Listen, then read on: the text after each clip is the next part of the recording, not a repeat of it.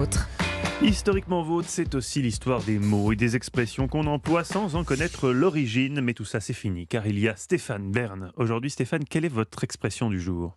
Oui, il pleut comme un gravelotte. Alors, vous ne le savez peut-être pas, Mathieu, mais historiquement vôtre est très écouté par les militaires, surtout par les hauts gradés, qui signent ou pas des tribunes d'ailleurs. C'est pourquoi aujourd'hui, une expression qui nous vient directement des champs de bataille.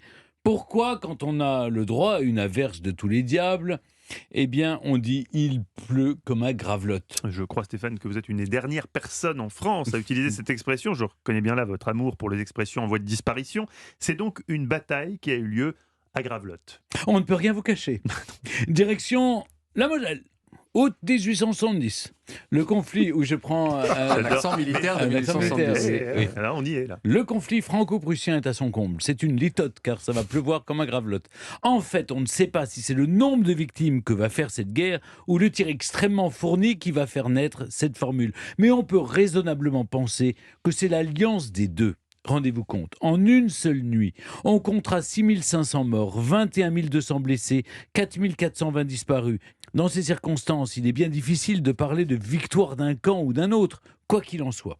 Le souvenir de la bataille restera dans la conscience collective et donnera lieu à cette expression météorologique, mais aussi quand on déplore, dans quel que soit le domaine, de nombreuses pertes, on utilise aussi cette expression.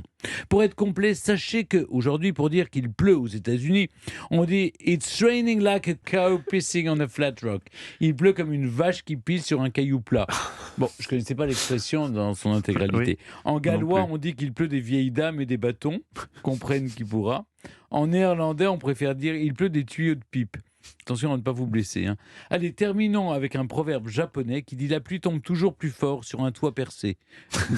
Moi qui tente de restaurer les vieilles pierres des châteaux, je ne le sais que trop. Stéphane, notre émission du jour était